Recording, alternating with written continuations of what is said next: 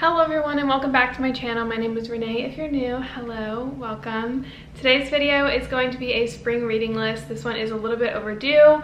With everything going on, I just got my books. All of the books that I mentioned will be linked in the description box. I do one of these every single season of the year, and I will typically do 2 books per month, 1 fiction, 1 non-fiction book. Each seasonal video is 6 books total. So 3 months of seasonal reading. So I'm gonna go ahead and dive right in. We're gonna go ahead and start with April. So the nonfiction book for April is When the Elephants Weep. So this one is actually my dad's book. He's read this many times. I just remember my dad telling me like cockroaches have feelings. I don't know, he's a very like scientific person, so if this book got him to think that cockroaches have feelings, like I feel like I would really, I don't know, understand and appreciate, you know, animals' emotions more. So I'm gonna read the back for you. No one who has lived with animals would deny their capacity to feel, but scientists continue to do just that. This groundbreaking book, the first in Darwin's time to explore emotions in the animal kingdom, proves what lay people have always believed, that animals love and suffer. They are lonely, jealous, disappointed, or curious. They mourn, they worry, they hate, they anticipate happiness, they feel. Meet a buffalo who ice skates for the joy of it. Flint, a chimpanzee who mourned the loss of his mother until he died from grief. Coco, a bashful gorilla, proficient in sign language, who loves to play house with dolls, but only when no one is looking. Crows who damage the gold onion domes of the Kremlin by using it for a slide. Alex, an African gray parrot with an astonishing vocabulary who has left at the veterinarian's office shrieking, "Come here, I love you, I'm sorry, I want to go back." Based on scientific studies and anecdote-filled field notes of scores of biologists, ethologists, animal trainers, and animal behaviorists, this extraordinary book, at once heart-trending, impeccably researched, and compulsively readable, shows just how deeply animals in the wild or in capacity experience emotions, including elephants who weep with tears that wrench your hearts. I read Leaving Time, which was a Jodi Picoult book. It was a fiction book, but she did a lot of research in terms of elephants in that book, and that really kind of grasped my curiosity with elephants in general, just because they literally mourn the deaths of like other elephants, which I found really, really profound. I personally believe that like animals have emotions for sure, but I think like the capacity to have emotions ranges from different animal. For example, like pigs, dolphins, chimps, elephants, I feel like they can feel more, and like other animals like, I don't know, fish and like cockroaches maybe, I don't know, can't.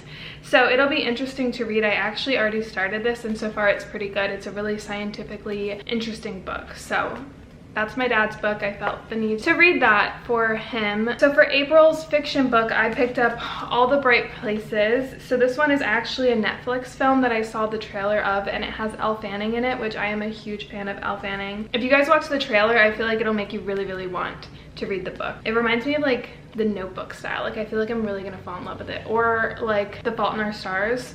That kind of love story. Like it looks really intense. So I want to watch it, but I wanted to read the book first. So it says, Theodore Finch is fascinated by death. Every day he thinks of ways he might die, but every day he also searches for and manages to find something to keep him here and alive and awake. Violet Markey lives for the future, counting the days until graduation, when she can escape her small Indiana town and her aching grief in the wake of her sister's death. When Finch and Violet meet on the ledge of a bell tower at school, 6 stories above the ground, it's unclear who saves whom. Soon it's only with Violet that Finch can be himself, and it's only with Finch that Violet forgets to count away the days and start living them. But as Violet's world grows, Finch begins to shrink. I have a feeling it's going to be a really cute love story. Hopefully it's not too sad. For my May books, the nonfiction book that I picked up is Civilized to Death, The Price of Progress by Christopher Ryan. I'm pretty sure one of you guys mentioned this book and I was like really intrigued by it. It says, most of us have a sense that something's not right. Catastrophic fires and floods, a world at constant war, political systems in disarray. Some misinformation is repeated so often and it requires the sheen of obvious truth. Civilization is humankind's greatest accomplishment. Progress is undeniable. You're lucky to be alive here and now. Well, maybe we are and maybe we aren't. In Civilized to Death, Christopher Ryan encounters the idea that all progress is inherently good, arguing that the progress defining our age is analogous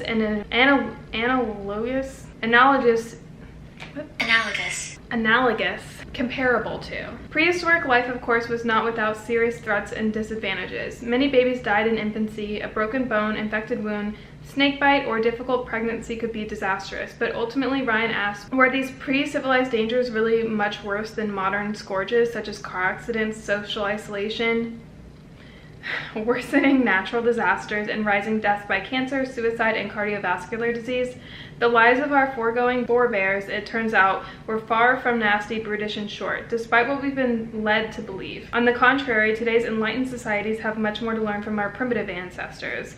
At a time when our health, our society, and our planet all feel increasingly imperiled. Oh my god, I'm gonna learn a whole new dictionary with this book. An accurate understanding of our species' true nature is vital to a clear sense of the ultimate value of civilization and its costs. In Civilized to Death, Ryan argues that we should look back in the past to navigate our way to a better future. So I thought this was completely interesting. I really like the cover of it too. It's really pretty. Or cool.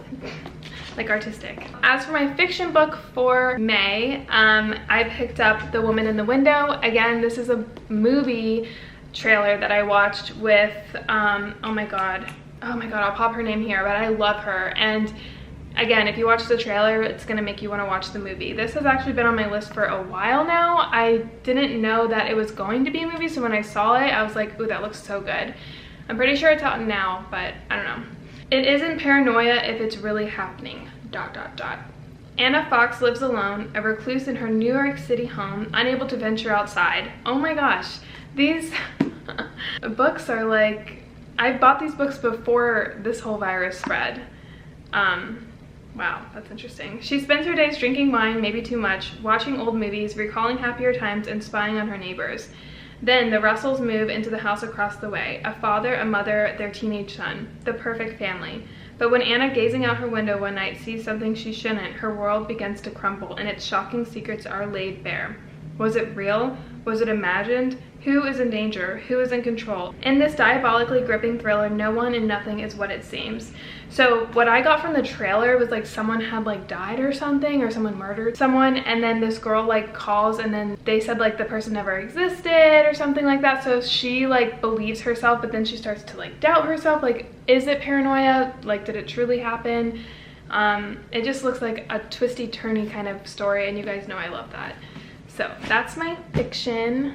As for June, the nonfiction book that I picked up is called Addicted to the Monkey Mind. Again, one of you guys actually told me about this. It says, the monkey mind chatters all day. I look terrible in these pants. Why can't I lose some weight? I'm stuck in traffic again. Why didn't I leave earlier? If I wasn't working all the time, I could have saved my marriage. Resulting in stress, shame, and ultimately, bartender, can I get a drink?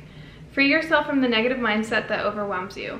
Addicted to the Monkey Mind offers a toolbox of practical skills to shift self-sabotaging, programmed ways of thinking and learn actionable steps to overcome addiction, resolve relationship issues, replace burnout with passion, sustain an abiding joy. The author, J.F. Benoist, a visionary thought leader in the fields of addiction treatment and personal development, uses the journey of two relatable characters to teach you how to develop a powerful new mindset and finally break the cycle of debilitating habits. And then for the fiction book in June, I picked up A Little Life. Now this one I actually learned about from my cousin, who's a huge reader. The reviews on this book were insane. It's a pretty intense book, I've heard. It's a very emotional book that I've heard. It's a Man Booker Prize finalist, a National Book Award finalist, and the reviews were wow, period. I can't say anymore. And when someone says that, I'm I want to know why you can't say anymore. A Little Life follows 4 college classmates broke adrift and buoyed only by their friendship and ambition as they move to New York in search of fame and fortune, while the relationships, which are tinged by addiction, success, and pride, deepen over the decades. The men are held together by the devotion to the brilliant, enigmatic Jude, a man scarred by an unspeakable childhood drama, a hymn to brotherly bonds, and a masterful depiction of love in the 21st century. Hannah Yang, the author, this person, stunning novel is about the families we are born into and those that we make for ourselves. I'm excited. Those are my spring reading books. I really want you guys to read along with me. If you guys, again, follow me on Goodreads, you guys can keep up with my reviews of all the books that I'm going to be reading, and the books that I'm currently reading right now, which is the Elephant Sweep one. You guys can keep up with that, and until summer reading, I'll see you guys then for the reading books. I'll be back before that. Thanks for watching. I hope you guys enjoyed. If you did, definitely give it a thumbs up. I love you guys so much, and I'll see you guys all in a future video. Bye guys.